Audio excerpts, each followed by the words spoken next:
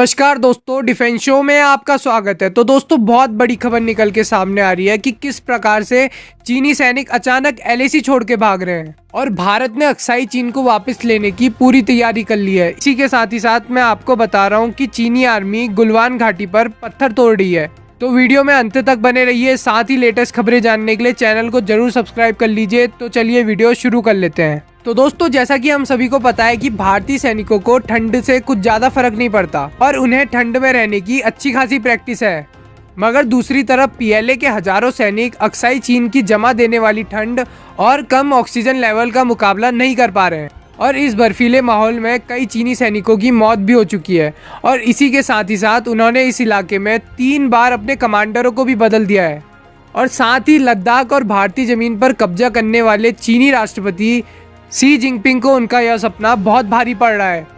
और दोस्तों, हाल ही में मैंने आपको बताया था कि बहुत अधिक सर्दी के कारण चीनी सैनिक एलएसी से वापस अपने बेस कैंप में लौट रहे हैं, क्योंकि चीनी आर्मी ठंड का मुकाबला नहीं कर पा रही थी और ठंड न बर्दाश्त करने के कारण चीन ने यहाँ अपनी रोबोट आर्मी भेजी थी।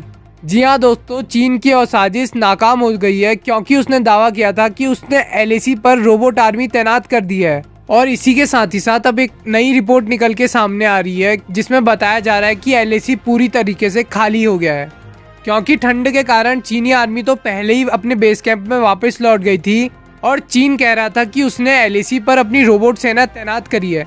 लेकिन अब रिपोर्ट निकल के सामने आ रही है, जिसमें बताया जा रहा है कि वहाँ पर ना पीएलए आर्मी है और ना ही कोई रोबोट सेना।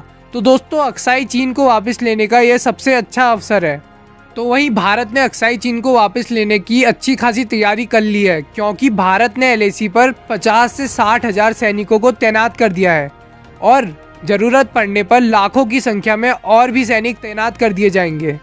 और इसी के साथ ही साथ हमारे राष्ट्रीय राइफल यूनिफॉर्म फोर्स एलएसी पर तैनात हैं। तो दोस्तों, इसी के साथ ही साथ मैं आपको बता रहा हूँ कि ग्लोबल टाइम्स की एक रिपोर्ट निकल के सामने आई है, जिसमें बताया गया है कि पीएलए थिएटर कमांड ने अपना ऑफिशियल ट्विटर अकाउंट खोल दिया है और इसी में उन्होंने एक नोटिस भी लिखा है, जिसमें उन्होंने कहा है कि गुलवान घाटी की इतनी सुंदर जगह का वो 1 इंच भी किसी को नहीं देंगे।